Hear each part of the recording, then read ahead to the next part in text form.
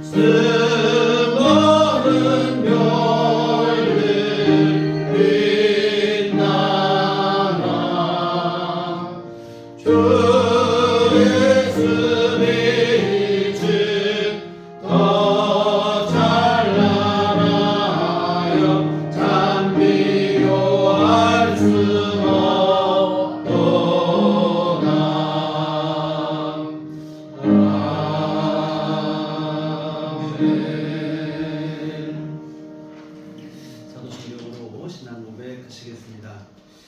전능하사 천지를 만드신 하나님 아버지를 내가 믿사오며 그 외아들 우리 주 예수 그리스도를 믿사오니 그는 성령으로 잉태하사 궁정녀 마리아에게 나시고 본디오 빌라도에게 고난을 받으사 십자가에 못 박혀 죽으시고 장사한 지 사흘 만에 죽은 자 가운데서 다시 살아나시며 하늘에 오르사 전능하신 하나님 우편에 앉아 계시다가 저리로서 산 자와 죽은 자를 심판하러 오시리라.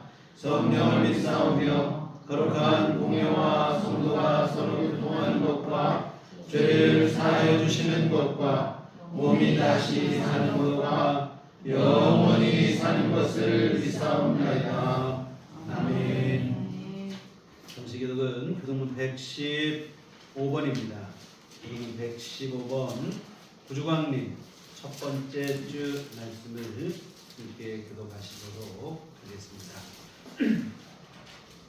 성문으로 나아가라 나아가라 백성이 올 길을 닦으라 그 길을 수축하고 수축하라. 도를 제하라. 만민을 위하여 기치를 들라. 여호와께서 땅 끝까지 선포하시되 너희는 딸 시온에게 이르라 도라 내 구원이 이르렀느니라. 보라 상급이 그에게 있고 보응이 그 앞에 있느니라 하셨느니라. 사람들이 너를 일컬어 거룩한 백성이라 여호와께서 구속하신 자라 하겠고 또 너를 일컬어 찾은 바 된 자요 버림받지 아니한 성이라 하라. 선지자 이사야의 책에 쓴 바 광야에서 외치는 자의 소리가 있어 이르되 너희는 주의 길을 준비하라. 그의 오실 길을 곧게 하라. 모든 골짜기가 메워지고 모든 산과 작은 산이 낮아지고 굽은 것이 곧아지고 험한 길이 평탄하여질 것이요 모든 육체가 하나님의 구원하심을 보리라 한바 같으리라. 아멘. 정엽은 찬송가 3장입니다.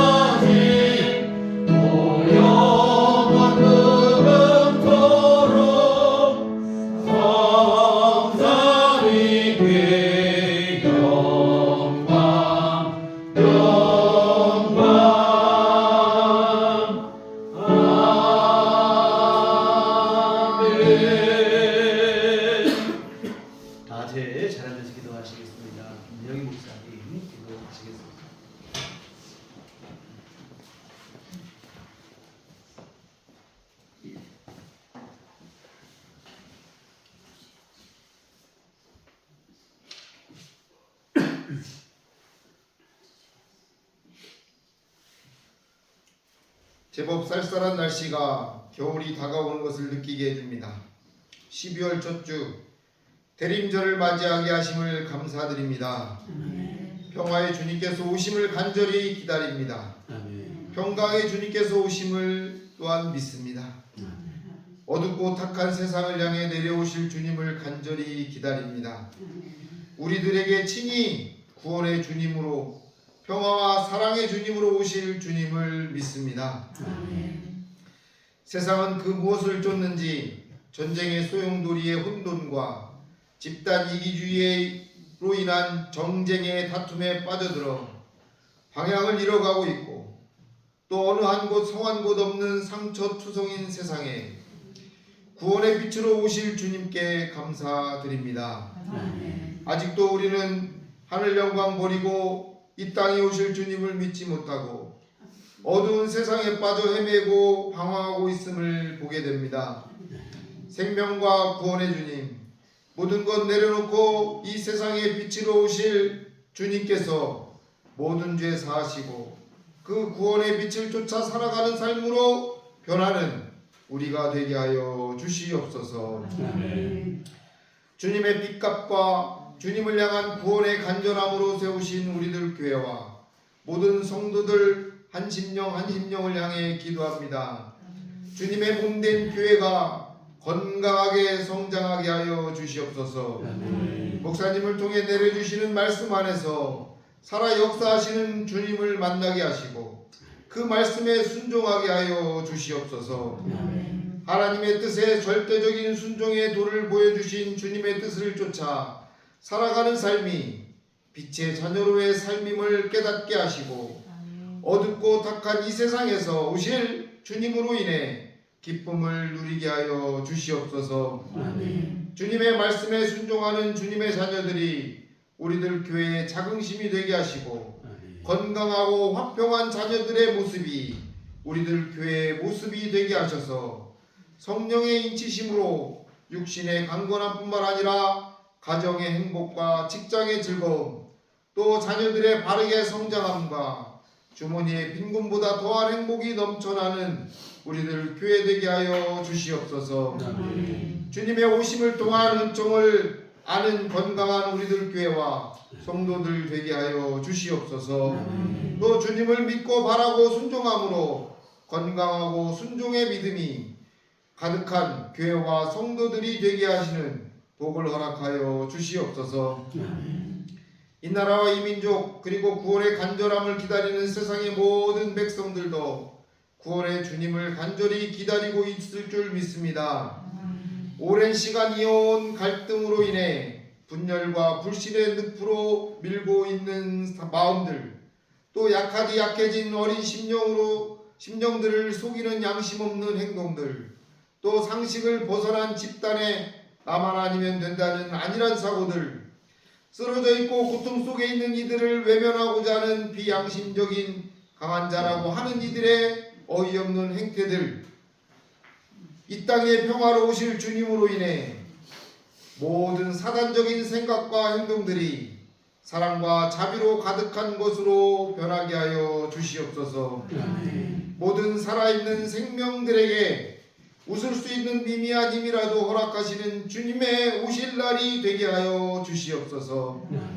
그 어떤 해보다 힘들었고 그 어떤 해보다 두려웠던 한 해를 정리하며 기도할 때 오실 메시아로 인해 더 큰 행복과 더 큰 기쁨과 희망의 한 해를 보내고 있음을 우리들 모두가 알게 하여 주시옵소서. 불신과 분열과 불평과 불만이 가득한 세상이지만 생명의 메시아로 오실 그리스도로 인하여 세상이 구원의 빛, 상생의 빛으로 가득하기를 원하시며 친히 이 땅에 내려오실 우리의 구원자 되시는 예수 그리스도의 이름으로 간절히 기도합니다. 아멘.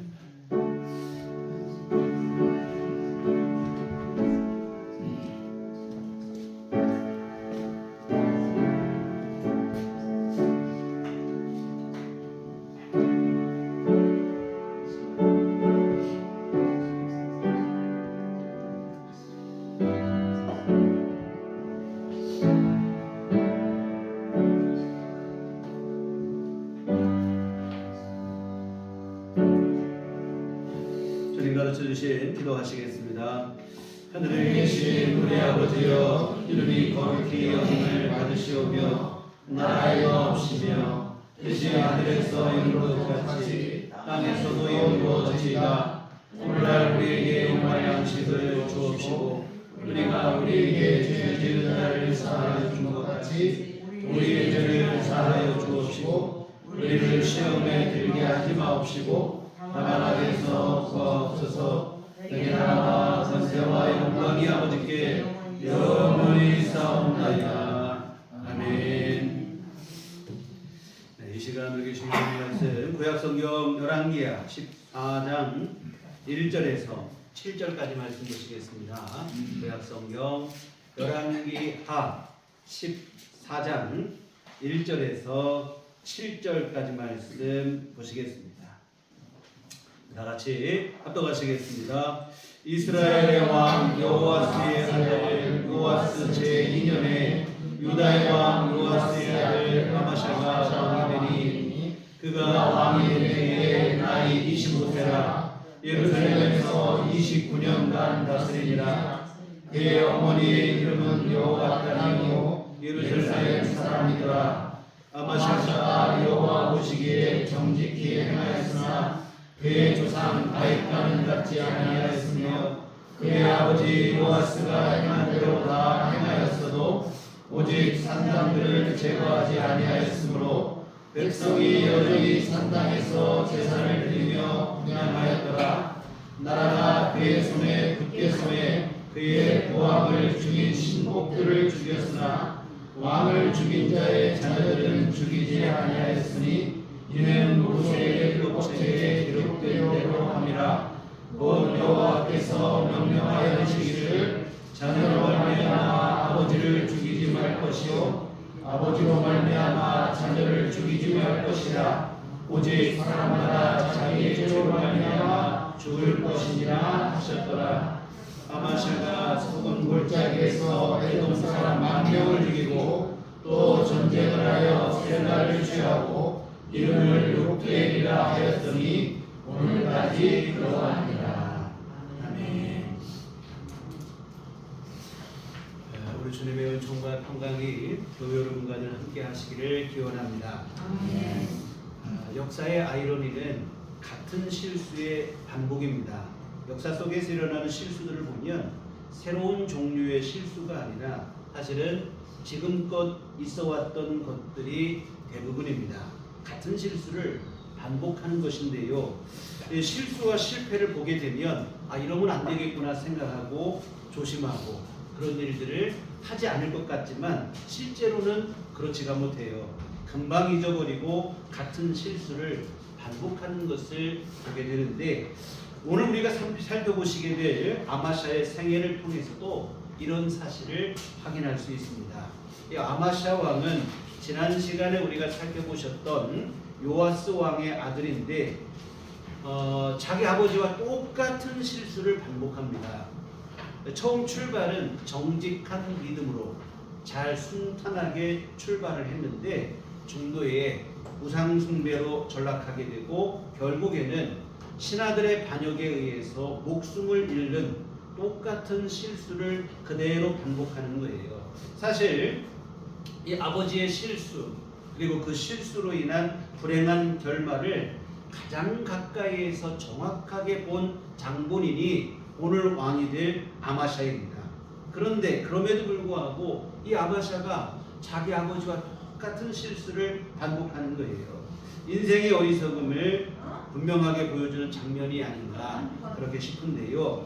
여하튼 용두사미로 끝난 아마샤의 생애 또한 그의 아버지 요아스만큼이나 아쉬움이 남게 되어지는데요. 이 시간 아마샤의 생애를 우리 함께 살펴보실 텐데 반면교사로 삼으셔서 오늘 저와 여러분은 같은 실수를 반복하지 않았으면 좋겠습니다.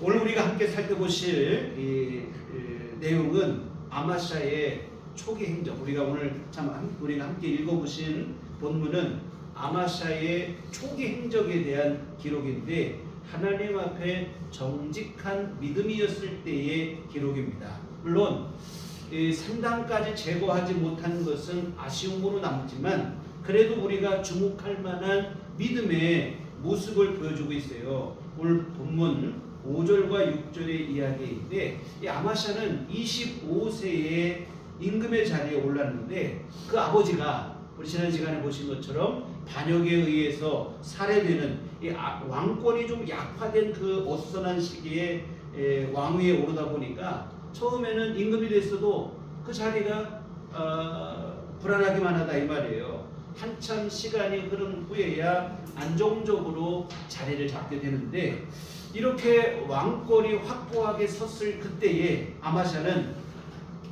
이 원한을 갚는 거예요. 자기 아버지를 반역하고 죽인 자들에 대한 숙청을 단행합니다. 지금까지는 뭐 힘이 없으니까 참고 지낼 수밖에 없었지만 힘이 생기고 나니까 그동안 참았던 울분을 토해내게 된 것인데요. 그런데 아마샤의 그 보복에 의한 숙청, 이 숙청에는 특이한 점이 있어요. 우리가 보통 알고 있는 숙청, 우리나라 역사를 보면 어떻게 합니까? 원한을 갚을 때 당사자만 죽이는 게 아니고 삼족을 멸하잖아요. 삼족을 멸해서 온 집안을 완전히 그냥 멸족을 시키는 게 일반적입니다. 근데 아마샤는 숙청을 하는데 자기 아버지를 죽이는 일에 가담한 당사자만 숙청하고 그의 가족들, 다른 가족들은 일체 건드리지를 않는 거예요. 이렇게 한 이유는 오늘 보면 6절에 밝히고 있는 것처럼 율법의 조항 때문에 그래요. 오늘 본문 6절에 있는 내용은 신명기 24장 16절에 대한 인용인데 거기에 보면 이런 말씀이 나와요. 아비는 그 자식들을 인하여 죽임을 당치 않을 것이요 자식들은 그 아비를 인하여 죽임을 당치 않을 것이라 각 사람은 자기 죄에 죽임을 당할 것이니라. 이 죄를 지은 당사자만 죽일 것이지 그 죄로 인해서 그의 가족들까지 함께 죽여서는 안 된다는 게 하나님의 율법이에요. 이 율법 조항 때문에 아마샤는 자기 아버지를 죽인 원수들을 숙청하되 당사자만 숙청하고 그의 가족들, 다른 가족들은 일체 손을 대지 않은 것인데요. 사실 이렇게 하는 것이 쉬운 일은 아닙니다. 우리 타락한 육신의 본성의 뚜렷한 모습은 뭐냐면 내 눈에 눈물이 나면 어떡합니까? 남의 눈에 눈물만 나게 하는 게 아니라 피눈물 나게 갚아줘야 속이 시원한 거예요. 게다가 오늘 본문의 아마샤의 경우는 그동안 마음에 분이 있는데 힘이 없어가지고 참고 지내다가 뒤늦게 하는 복수예요. 그 세월 동안에 얼마나 한이 서리고 분이 그 마음속에 사무쳤겠습니까? 그런데 아마샤는 자기 성질대로 하지 않는 거예요. 자기 성질대로 하지 않고 하나님의 율법, 하나님의 말씀이 정한 규정에 따라 이 모든 일을 행하고 있다는 것입니다. 여러분, 이처럼 내 성질과 고집까지 주님의 뜻에 굴복시킨다는 것, 이것이 사실은 성숙한 신앙의 진면목입니다. 사실 이게 우리가 뭐 성령 충만하면 불로불로 뜻 이거 생각하는데 진짜 성령 충만은 여기에 있는 거예요. 내 성질대로, 내 주장대로, 내 고집대로가 아니라 하나님의 뜻을 순종하는 게 진정한 성령 충만입니다. 사실 이게 쉬운 일이 아니거든요. 여러분, 자기를 부인한다. 이것이 신앙의 중요한 덕목인데 내 성질을 내려놓는다는 것은 그 중에서도 가장 어려운 일이 아닐까 싶습니다. 예수님의 사람이라고 하는 성경공부 교재에 보면 어느 교회에서 여선교회 회원들끼리 큰 분쟁이 일어난 그 사건을 기록한 소개한 글이 있어요.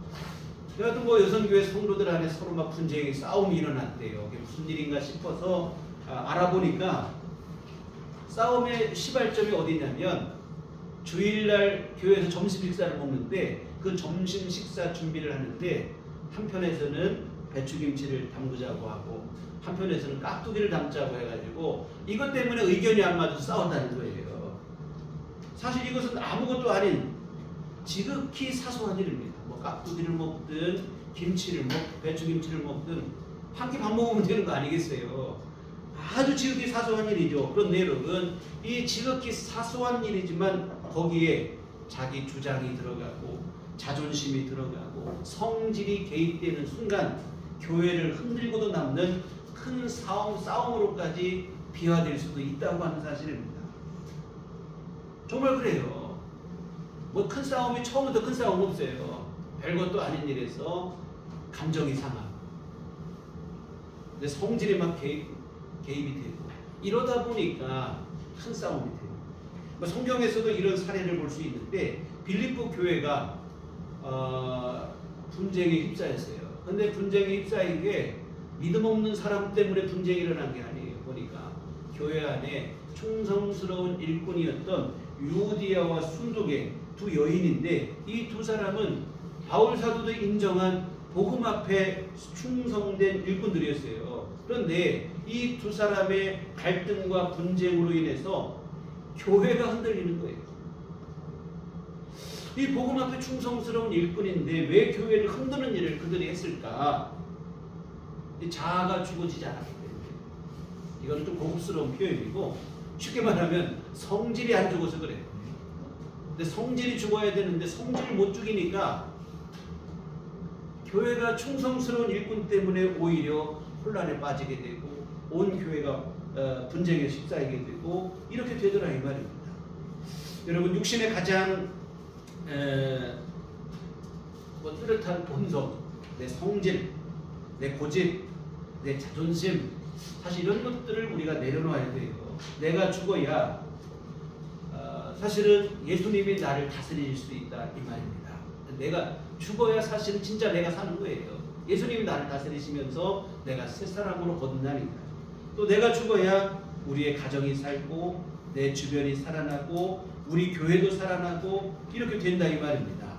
이처럼 내 성질을 죽이고 주님의 뜻에 순종할 때 그게 바로 진정한 거듭남이고 그것이 진정한 성령 충만의 모습입니다. 이와 같은 아마샤는 자기 아버지의 원한을 갚되 성질대로 하지 않는 거예요. 성질대로 하면 어떡하겠습니까? 내 아버지를 죽인 당사자만 죽일 게 아니고 너도 당해봐라 그 가족까지 다 죽일 거 아니겠냐 이 말이에요. 그런데 아마샤는 하나님의 말씀에 순종합니다. 성숙한 믿음이죠. 그런데 여러분, 문제는 이 아마샤의 이 믿음이 처음 이 믿음이 계속 지속이 됐으면 좋은데 자기 아버지 요아스도 처음에는 믿음으로 출발했다가 타락한 것처럼 아마샤도 그 믿음을 끝까지 지켜내지 못했다는 게 문제입니다. 이 평생을 이 정직한 믿음을 갖고 성령 충만하여 살았으면 좋았을 텐데 믿음이 타락을 하는 거예요. 변질이 되고 말았어요. 이 아마샤의 집권 중반기에 접어들면서 갑자기 신앙이 흔들리기 시작을 합니다. 29년을 다스렸는데 아마 이것은 14년째 됐을 때 그때 일이에요. 에돔 정벌을 나섰다가 거기서부터 문제가 발생을 합니다.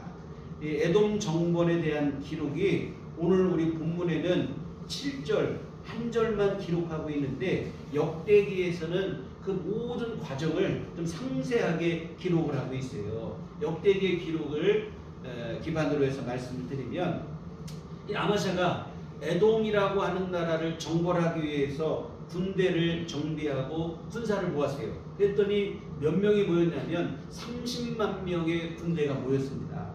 이 작은 숫자가 아니죠. 오늘날 우리나라는 뭐 국민이 5천만이나 되는데 우리 한국 군대가 60만이라고 하잖아요. 근데 이때 뭐 이스라엘, 유다 더 작은 나라고 그때 인구가 뭐 많지가 않을 때예요. 근데 군사가 30만이면 작은 게 아니죠. 그런데 이 아마샤는 군대가 좀 부족하다고 느낀 것 같아요. 30만 가지고 좀 어렵다 생각을 했는지 은 100달란트를 값으로 주고 북왕국, 지금 우리가 보시는 것은 이스라엘의 남북으로 나뉘었을 때 남쪽 나라의 얘기입니다. 지금은. 근데 하여튼 북왕국의 북쪽 나라에 군대를 돈을 주고 빌려온 거예요. 10만 명의 군대를 은 100달란트라고 하는 값을 주고 빌려왔어요. 용병으로 사온 거죠. 사실 여기서부터 문제가 돼요. 사실 아마샤가 믿음의 사람이었다면 이런 상황에서 뭐 남의 나라에서 용병을 사오고 그러지 않겠죠. 전쟁은 하나님께 속했다는 게 이스라엘의 믿음 아니겠어요? 하나님께 기도했을 것입니다. 설령 용병을 사오더라도 북왕국에서 데려오지는 않을 것이라 이 말입니다. 여러분 그간 우리가 앞서 보신 내용들이 뭐냐면 북왕국과 남왕국이 서로 이렇게 연합을 하다가 남왕국이 얼마나 많은 어려움을 당했습니까? 이 여호사밧 왕이 북왕국의 아합 왕의 딸을 며느리로 삼았다가 남쪽 나라가 완전히 그냥 초토화가 되는 거예요. 우상 숭배에 빠지게 돼요. 그 궁궐 안에서는 피비린내가 나게 돼요. 할머니가 손자들을 죽이고 자기가 왕이 되고 이런 일까지 벌어졌잖아요. 그리고 이 아마샤 왕의 아버지 요아스 누굽니까? 할머니의 손에서 죽을 뻔하다 간신히 살아남아서 목숨을 부지해서 왕위에 오른 장본인이에요. 이런 과정을 얼마나 가까이서 봤냐 이 말이에요. 그렇다면 어떻게 해야 됩니까? 이제 더 이상 우리가 북왕국과 엮여서는 안 되겠구나. 하나님께서 원하시는 일이 아니다. 그렇게 생각을 해야 돼요. 그런데 전쟁에 나가겠다는 그 명분으로 북왕국에 돈을 주고 군대를 용병으로 데려왔어요. 일이 이렇게 되자 하나님께서 한 선지자를 보내십니다. 그리고는 절대로 북왕국과 함께하지 말 것을 경고를 하십니다. 같이 전쟁에 나가지 말라는 거예요. 그러나 혹시 이런 하나님의 경고를 무시하고 북왕국의 군대와 같이 전쟁에 나가게 된다면 그때는 온 힘을 다해서 힘써 싸우라는 거예요. 하나님께서 이미 아마샤를 대적의 손에 붙이셨으니 너 힘써 싸우라. 힘써 싸운다고 될 일이 아니죠. 하나님 이미 손에 붙이셨으니까 안 되는데 다만 하나님께서 북왕국과 연합하는 일을 얼마나 싫어하시는지를 분명하게 보여주기 위해서 하신 말씀이죠. 여하튼 그러는 중에 이 선지자, 하나님의 뜻을 전하는 선지자가 이런 얘기를 합니다. 하나님은 능히 돕기도 하시고 능히 패하기도 하시나이다. 그러니 다른 데 손 벌리지 마시고 하나님 의지하시라. 이런 얘기를 하는 거죠. 여러분 이게 진짜 믿음입니다. 전쟁의 승패는 군사가 많다고 군대가 강하다고 이것을 되는 게 아니라 하나님의 도움에서 결정이 나고 결판이 난다고 하는 거예요. 아까도 말씀드린 것처럼 전쟁은 하나님께 속했다는 게 이스라엘의 기본 신앙입니다. 우리 사무엘서 강해를 보셨을 때 다윗과 요나단의 믿음이 바로 그것이었어요. 여하튼 하나님은 선지자를 통해서 북왕국과 더 이상 연합하지 말 것을 경고하십니다. 하나님께서 친히 도우실 것이니 북왕국과 손을 끊으라는 거예요. 그런데 아마샤는 이 선지자를 통해서 하나님의 이러한 분명한 뜻을 전달을 받았음에도 불구하고 여전히 머뭇거리는 거예요. 왜 그런가? 이미 돈을 지불했기 때문에 그래요. 은 100달란트를 이미 지불했기 때문에 그 돈이 아까워가지고 이러지도 저러지도 못하고 우물쭈물하고 있는 거예요. 그때 선지자가 말하기를 우물쭈물하지 말라는 거예요. 하나님께서는 능히 이보다 더 많은 것으로 왕에게 주실 수 있으니 100달란트가 문제가 아니라는 거예요. 그제서야 아마샤가 마음을 정리하고 북왕국에서 사온 용병들을 돌려보내고 자기 군대만 가지고 전쟁에 나가요. 근데 전쟁에 나가는데 정말로 선지자의 말처럼 하나님의 도움으로 에돔을 물리치고 전쟁을 승리하게 됩니다. 참 얼마나 감사한 일입니까? 이거 부족할 줄 알았는데 그 군대만 놓고도 하나님이 도우시니까 능히 이기고 나니까 감사한 일이죠. 하나님의 은혜를 경험했으니 감사를 돌리며 믿음을 더욱 새롭게 해야 맞잖아요. 이런 상황이라면. 그런데 아마샤는 이 승리가 있은 후에 어처구니 없는 실수를 범하는 거예요. 참 도대체 왜 이런 일을 했을까? 도무지 이해가 안 되는 일을 하고 마는데요. 뭐냐면 바로 전쟁에서 승리하고 돌아오는 길에 어떤 일을 하냐면 하나님께 영광을 돌리고 하나님께 감사를 돌리고 이런 일을 한 게 아니라 자기가 물리친 에돔 나라 사람들이 섬기는 우상을 가지고 와서 그 우상 앞에 숭배를 하는 거예요.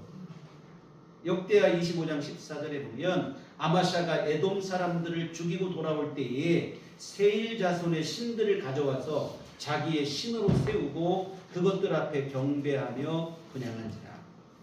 참 이거 이해가 안 되는 일 아닙니까? 너무도 어처구니 없는 일이죠. 이해를 해보려고 해도 도무지 이해가 안 되는 어리석은 일인데요. 하나님도 기가 막히죠. 이에 선지자를 보내셔서 아마샤를 책망하십니다. 역대하 25장 15절에 그러므로 여호와께서 아마사에게 진노하사 한 선지자를 그에게 보내시니 그가 이르되 저 백성의 신들이 그들의 백성을 왕의 손에서 능히 구원하지 못하였거늘 왕은 어찌하여 그 신들에게 구하시나이까. 전쟁에 패한 나라의 그 신, 그 백성들을 구해주지도 못한 그 우상을 왜 섬기려고 하느냐는 거예요. 왜 이런 어리석은 일을 하느냐. 승리를 주신 하나님을 섬길 것이지 패배한 나라의 우상을 섬기는 것은 이거 뭐 도무지 납득이 안 되는 일 아니겠어요. 근데 아마샤는 이런 말을 듣고도 깨닫지를 못해요. 오히려 이런 말을 전하는 선지자에게 닥치라는 거예요. 너 닥치라. 너 맞고 싶어서 그러냐. 이러면서 협박을 하는 거예요. 자신의 잘못을 깨우치지 못해요. 그때 선지자가 도무지 깨우치지를 못하는 아마샤를 향해서 이런 얘기를 합니다. 역대하 25장 16절에 보면 하반절에 보면 왕이 이 일을 행하고 나의 경고를 듣지 아니하니 하나님이 왕을 멸하시기로 작정하신 줄 아노라 하였더라. 하나님께서 왕을 멸하실 것이다. 정말로 아마샤는 하나님의 버림을 받아 비극적 결말을 맞이하게 되는데요. 말미에 다시 말씀드리겠지만 신하들의 반역에 의해서 죽임을 당하는 것입니다. 자기 아버지가 똑같은 결말을 그대로 맞이하는 거예요. 이 하나님의 은혜를 잊고도 그 은혜를 잊어버린 결과입니다. 흔히 말하는 배은망덕을 했기 때문에 그래요. 하나님의 도움으로 구원을 얻고 오히려 엉뚱하게 우상을 숭배한 결과입니다. 왜 이런 어리석은 일을 할까 의구심이 들 정도인데요. 그런데 여러분, 이러한 무모한 일들이 오늘 우리 안에도 일어날 때가 있다는 거예요. 뭐냐면 예수님의 십자가 보혈의 공로로 죄와 사망에서 구원받은 후 오히려 엉뚱하게 세상에 대한 욕망을 부추기는 그런 일을 할 때가 있다는 겁니다. 우리를 죄와 사망에 빠지게 한 게 사실은 세상에 대한 욕망이요 탐욕입니다. 근데 이 우리 안에 있는 육신의 이 탐욕의 본성을 다시 숭배하는 거예요. 여러분, 성경은 욕심이 대한즉 죄를 낳았다고 해요. 그 죄가 우리를 사망에 이르게 했다고 했어요. 이처럼 욕심 때문에 죄와 사망에 이르게 된 우리를 예수님께서 십자가 보혈의 공로로 우리를 거기에서 죄와 사망에서 구원해 주신 것입니다. 그러면 우리를 죄와 사망에서 구원해 주신 예수님을 바라보고 우리 예수님께서 우리에게 허락하신 천국과 영생을 소망하며 온전한 믿음으로 주님만 바라보고 살아야 되는데 오히려 또다시 우리를 죄 가운데 빠지게 하고 사망 가운데 빠지게 한 원흉인 육신의 탐욕을 추구하고 그걸 욕망하며 살아가는 거예요. 알량한 우리 신앙마저도 탐욕을 위한 도구로 삼는다고 하는 사실입니다. 나를 구원하신 예수님을 내 삶의 주인으로 삼고 주님께 순종하며 살아야 되는데 예수님을 그저 내 출세와 성공의 도구, 도우미 정도로 이해를 하는 거예요. 이건 예수 믿는 게 아니라 예수님을 출세 수단으로 이용하는 일로 절대로 신앙이 될 수 없어요. 올바른 믿음이 될 수 없습니다. 끝까지 주님만 바라보셔야 돼요. 오직 겸손히 주님만 의지하며 주님께서 베풀어 주신 구원의 은총을 감사해야 됩니다. 그리고 예수님께서 우리에게 허락하신 영원한 나라와 생명을 소망하는 그 믿음의 삶을 살아야 돼요. 여하튼 세상에 대한 욕망이 아니라 천국에 대한 소망으로 살아야 된다 이 말입니다. 그런데 오늘 우리가 예수 안에서 구원받고 거듭났다고 하고 하나님의 자녀가 됐다고 하고 구원의 은총을 입었다고 해놓고는 돌아서서 여전히 세상에 대한 욕망, 세상에 대한 탐욕, 육신의 본성 이것에 철저히 물들어 그것을 신봉하며 살아가는 그러한 일들을 할 때가 있다는 거예요. 오늘 본문의 아마샤와 다를 바가 없는 거예요. 사랑하는 여러분, 하나님의 은혜가 우리 신앙의 기폭죄가 되어야지 그 은혜가 오히려 도구로 작용하면 곤란합니다. 하나님의 은혜를 오직 감사로 받으셔야 돼요. 그때 우리에게 복이 됩니다. 그러나 받은 은혜 때문에 오히려 교만해진다면 은혜가 아니라 오히려 독이 되는 거예요. 복이 아니라 화로 작용하게 되는데 이 아마샤의 문제가 바로 여기에 있었어요. 여하튼 아마샤가 도무지 이해할 수 없는 행동을 하는 거예요. 하나님의 은혜로 승리하고 오히려 패배한 나라의 우상을 가져다가 거기에다 숭배하고 분향을 하고 엉뚱한 일을 하고 있어요. 여하튼 이런 어리석은 일을 자행하는 중에 이 한 가지 문제가 발생을 했어요. 뭐냐면 아까 앞에서 마신 얘기를 기억하실 건데 용병으로 서왔던 이스라엘 북쪽 나라의 북왕국의 군대가 있을 거 아니겠어요. 용병으로 왔다가 이들이 그냥 전쟁에 참전하지 못하고 본국으로 돌아갔잖아요.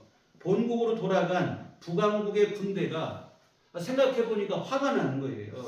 우리가 얼핏 생각할 때는 이 화가 날 일인가 이게 오히려 좋아할 일이지. 돈을 받고 전쟁에는 안 나가고 돈은 받았으니까 이 좋은 일 아닌가 싶은데요. 사실은 그렇지 않아요. 왜 그러냐면 전쟁에 나가면 승리할 경우 정해진 쌍만 받는 게 아니에요. 요즘으로 하면 승리수당을 받는 거예요. 전쟁에 승리하고 나면 더 많은 돈을 또 챙길 수 있다 이 말입니다. 근데 이걸 생각하니까 화가 나는 거예요.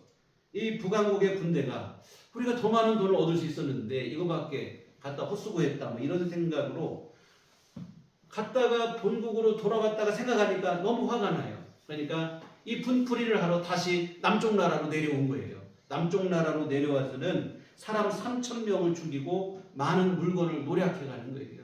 이 분풀이를 화풀이를 하고 돌아가는 거죠. 근데 이때 아마샤는 에돔 원정 전쟁에 나가 있다 보니까 본국에서 이런 일, 본토에서 이런 일이 일어나도 손을 쓸 수가 없었다 이 말입니다. 집을 비운 사이에 도둑 맞은 것과 똑같은 일이 벌어진 것이죠. 여하튼 에돔 원정에서 승리하고 돌아온 아마샤는 그때의 일이 괘씸한 거예요. 아니 이들 돈 받았으면 됐지 행패를 부리나 괘씸하죠.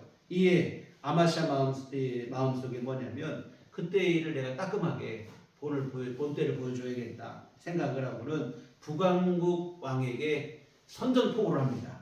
오늘 본문 이어지는 8절에 보면 아마샤가 예후의 손자 여호와스의 아들 이스라엘의 왕, 북왕국의 왕이죠. 북왕국의 왕 요아스에게 사자를 보내 이르되 오라 우리가 서로 대면하자 한지라. 얼굴 보자는 얘기가 아니고 우리 한번 붙어보자 이 얘기에 쉽게 말하면. 여하튼 에돔과의 전쟁에서도 승리를 거둔 후다 보니까 이 아마샤 마음속에 이 자신감이 충만한 거예요. 이제 어떤 나라도 내가 다 이길 수 있을 것 같다. 뭐 이런 생각이 뭐 들다 보니까 뭐 북왕국 정도는 눈에 보이지도 않는 거예요. 이에 자신 있게 북왕국 왕에게 선전포고를 한 것이죠. 그러나 사실 앞에서 말씀드린 것처럼 에돔과의 전쟁에서 승리한 것은 아마샤가 뭐 강해서 된 게 아니에요. 하나님의 도움 덕분인 줄 믿습니다. 그런데 이 아마샤는 자기 힘으로 된 줄 착각하는 거예요. 한껏 우쭐한 마음이 돼서 섣부르게 선전포고를 한 것인데요. 북왕국의 왕이 이 아마샤의 오만방자함을 지적을 하면서 질타를 하는 거예요. 9절 10절에 보면 이스라엘의 왕 요아스가 유다의 왕 아마샤에게 사람을 보내 이르되 레바논 가시나무가 레바논 백향목에게 전가를 보내어 이르기를 내 딸을 내 아들에게 주어 아내로 삼게 하라 하였더니 레바논 들짐승이 지나가다가 그 가시나무를 짓밟았느니라. 네가 에돔을 쳐서 파하였으므로 마음이 교만하였으니 스스로 영광을 삼아 왕궁에나 내 집에나 돌아가라. 어찌하여 화를 자취하여 너와 유다가 함께 망하고자 하느냐. 이 북왕국을 백향목에 비유를 하는 반면 남왕국은 가시나무에 비유를 합니다. 비교 대상이 아니라는 거예요. 네가 지금 에돔 하나 이겼다고 우쭐하 있는데 우리 상대가 안 된다는 거예요. 쉽게 말하면 너 그만 놔두고 집에나 가만히 있어라. 왜 전쟁을 일으켜서 함께 네 나라와 네가 함께 망하려고 그러느냐 이런 얘기를 합니다. 그러나 이 아마샤는 이미 교만해 사로잡힐 대로 사로잡혀 있으니까 어떤 말도 귀에 들어오지 않는 거예요. 전쟁을 밀어붙이는 겁니다.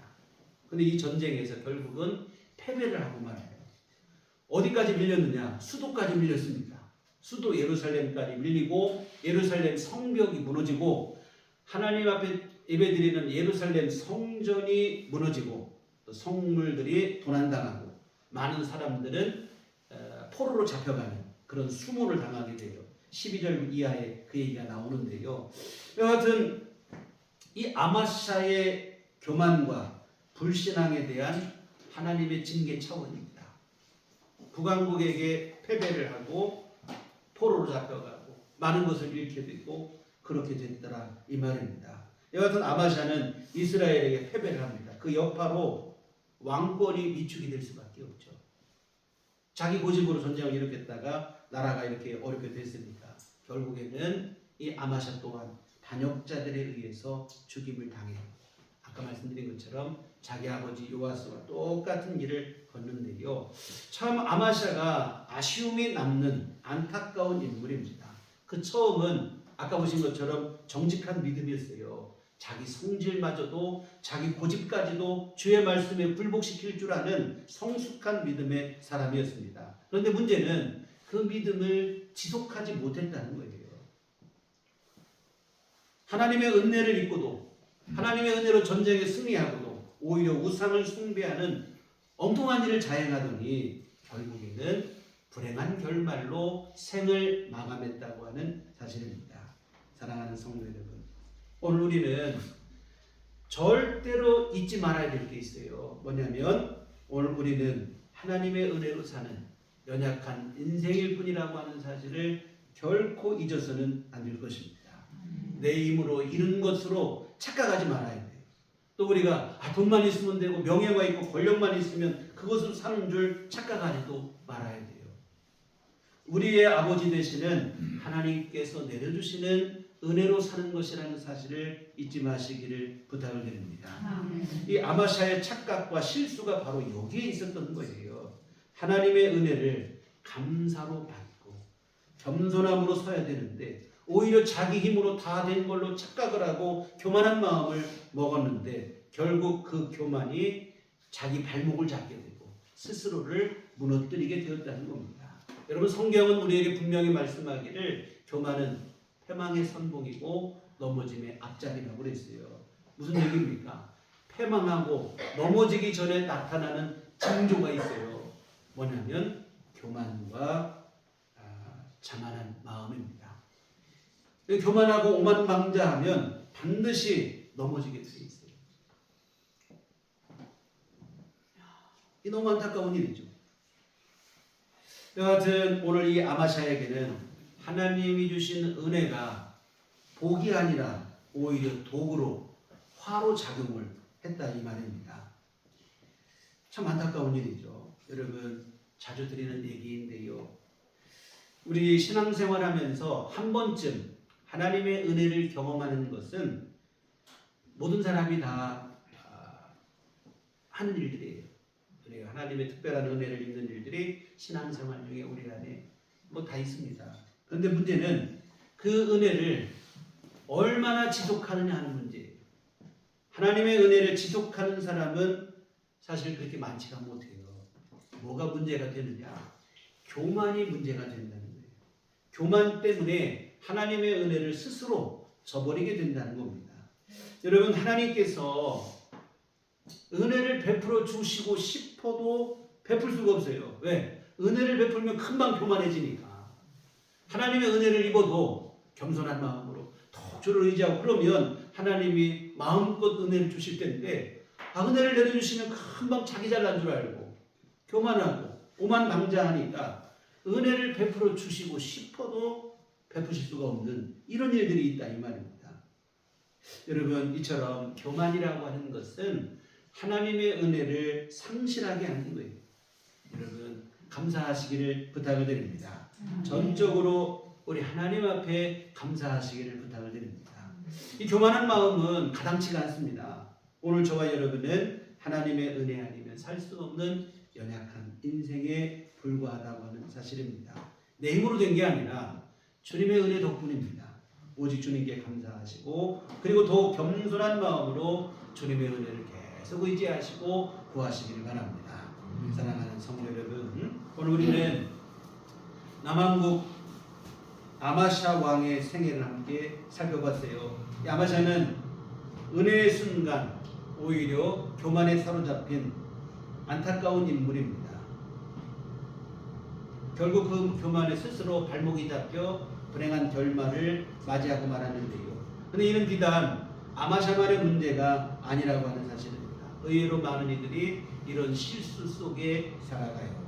서두에서 말씀드린 것처럼 역사의 아이러니는 실수의 반복이더라 이 말입니다. 실수와 실패의 역사를 반면교사로 삼아야 되는데 대수롭지 않게 생각하다가 결국 똑같은 실수를 반복하게 되는 것인데요. 똑같은 실수를 반복하는 이 어리석음의 사슬을 끊어내셔야 될 줄 믿습니다. 사랑하는 여러분, 주님의 은혜로 사는 연약한 인생이라고 하는 사실을 여러분의 가슴 속에 분명하게 새기시기를 부탁을 드립니다. 그리고 이처럼 연약한 인생이 할 수 있는 일은 여러 가지 있겠지만 크게 보면 두 가지라 이 말이에요. 이 사실도 잊지 않았으면 좋겠어요. 첫째는 주님께 이미 받은 은혜에 감사하는 게 우리가 해야 될 일이고, 다음으로는 앞으로 주실 은혜를 간절히 사모하고 기대하시고 구하시는 일일 줄 믿습니다. 정말 여러분, 이미 주신 은혜에 감사하시고 주실 은혜를 더욱더 겸손한 믿음으로 의지하시고 간절히 구하시는 우리들 교회 온 교우들 되시기를 주의 이름으로 축원합니다. 기도하시겠습니다. 하나님 아버지, 연약한 인생들 속에 은총을 베푸시어 주의 은혜에 기대어 하나님의 은혜 속에 우리 삶을 살아가게 하시니 감사를 드립니다. 근데 인생이 얼마나 어리석은지 하나님의 은혜를 깨닫지 못하고 연약한 내 힘인데 과신하며 내 힘으로 된 줄 착각하는 이러한 우매함을 범할 때가 많이 있습니다. 주여, 우리를 불쌍히 여기시어 우리 안에 지혜를 주시고 믿음을 허락하여 주시옵소서. 하나님의 은혜로 산다는 사실을 잊지 않게 하여 주시어 이미 허락하신 받은 바 은혜를 감사하게 하시고 앞으로 주실 그 은혜를 기대하며 더욱더 겸손히 주님만 의지하며 믿음으로 살아가는 삶이 되게 하여 주시옵소서. 그 많은 가당치 않음을 늘 기억하게 하시어 우리 안에 나도 모르게 불쑥불쑥 일어나는 교만한 생각들 물리치게 하시고 부정하게 하시고 부인하게 하시고 더욱 주님 앞에 겸손히 서는 우리 모두가 되게 하여 주시옵소서. 예수님 이름으로 기도했습니다. 아멘. 찬송가 384장 384장 찬송하시겠습니다. 이름은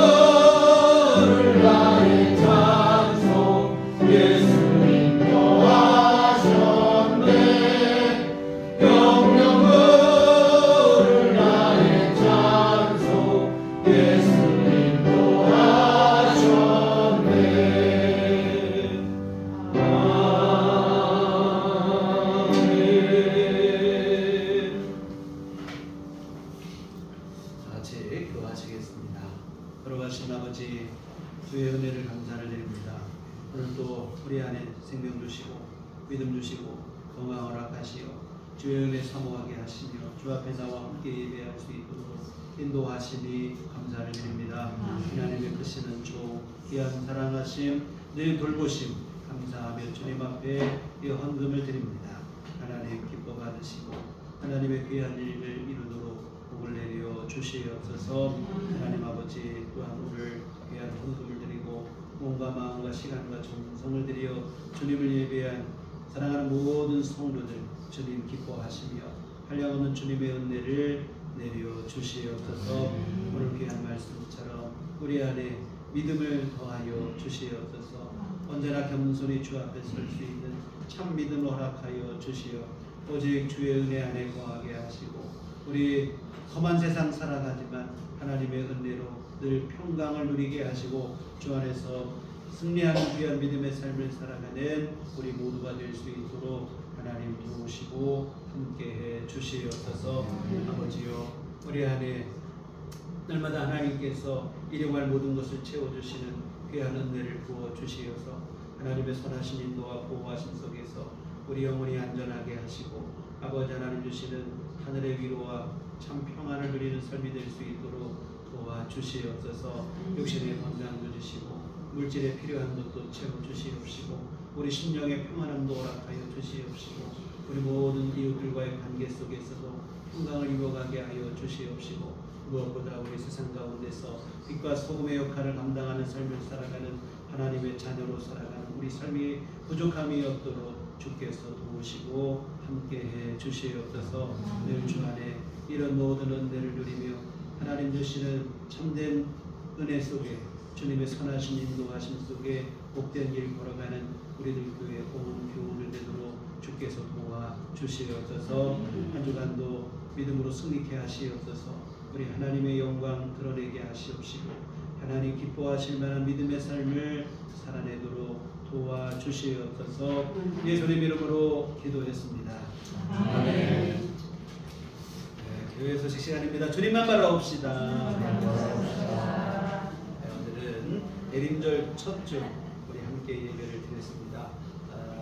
예수님 오시는 것을 예수님 성탄을 기뻐하시고 다시 오시겠다고 약속하신 그 약속을 되새기는 그런 시간으로 생각을 하시면 되겠습니다.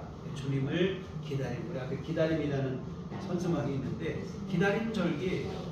주님을 기다리는 그 절기가 이 대림절이고 그리고 또 한 가지 중요한 사실은 교회력으로는 이 대림절부터가 1년의 시작이에요. 그래서 대림절부터 한 해가 시작이 되는 겁니다. 그래서 우리 여하튼 교회 안에서 새로운 한 해를 또 대림절을 통해서 시작했다는 그런 의미로 되새겼으면 좋겠습니다. 금주는 선교헌금을 드리는 주입니다.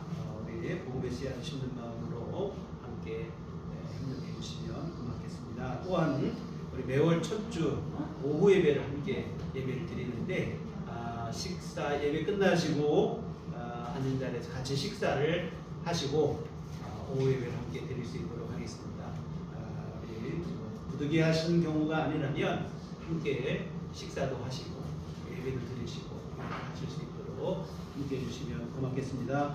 교회 밖의 집회와 성경공부 참여를 금하고 교회 중심으로 건강한 신앙생활을 되셨으면 좋겠습니다. 오늘 또 우리 교회를 처음 방문해 주신 분이 계신데 함께 신앙생활을 하기 원하시면 등록하시면 기도하고 함께 돕도록 하겠습니다.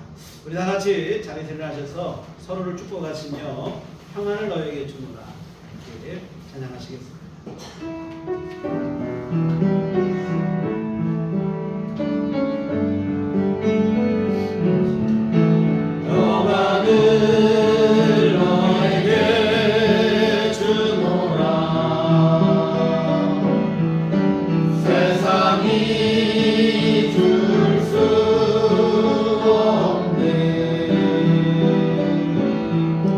세상이 알 수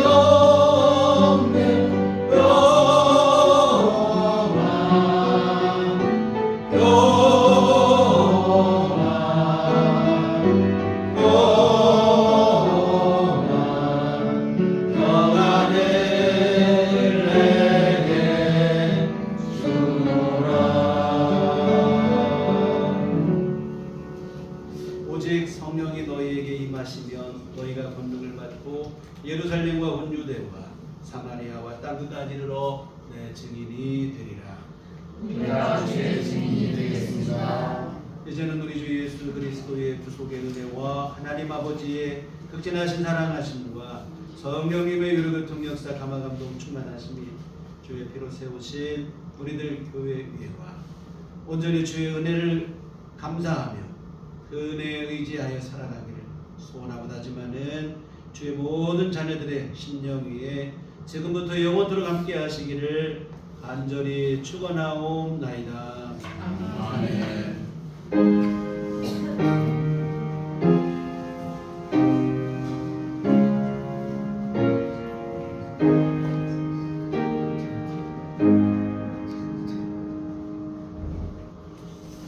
감사합니다. 이상으로 인사드리도록 하겠습니다. 네, 함께 식사하시고 오늘 함께 즐겨 주시면 감사하겠습니다.